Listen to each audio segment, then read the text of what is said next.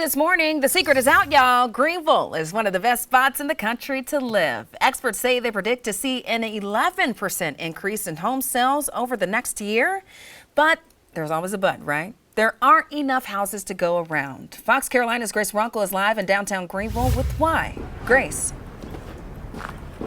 Well, I don't think it's a surprise to anyone that so many people are moving to Greenville, especially when the city is constantly making those top 10 lists when it comes to relocating around the country. The bad news, though, is so many people are moving here, it's getting harder and harder to find a home.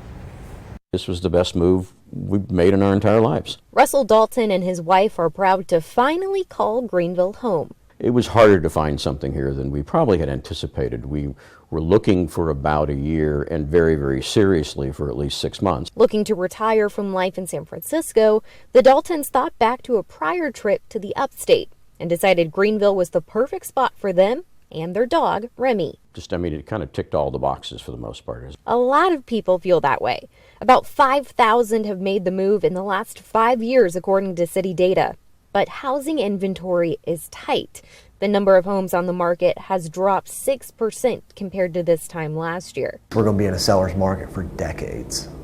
Decades. Thomas Cheeves is a realtor at Coldwell Banker Kane and helped match the Daltons with their dream location, less than a mile from downtown. But for the most part, he says people are going to have better luck looking further out. There's just overridingly so much more demand than supply within about 10 minutes, 12 minutes of downtown. Why? Well, land is getting scarce, but the bigger problem, according to the vice president of sales, dates back to the Great Recession in 2008. Builders were so greatly impacted. A lot of them have just begun to recover. So here we are, 15 years later, and those homes that weren't built are impacting the inventory challenge. Not only does there need to be more single-family homes, Hammett says people need to embrace multifamily living, like townhomes. But for some lucky buyers, like the Daltons, combine patience with perseverance, and you can end up with a new home like this. This is probably one of our favorite parts about being here.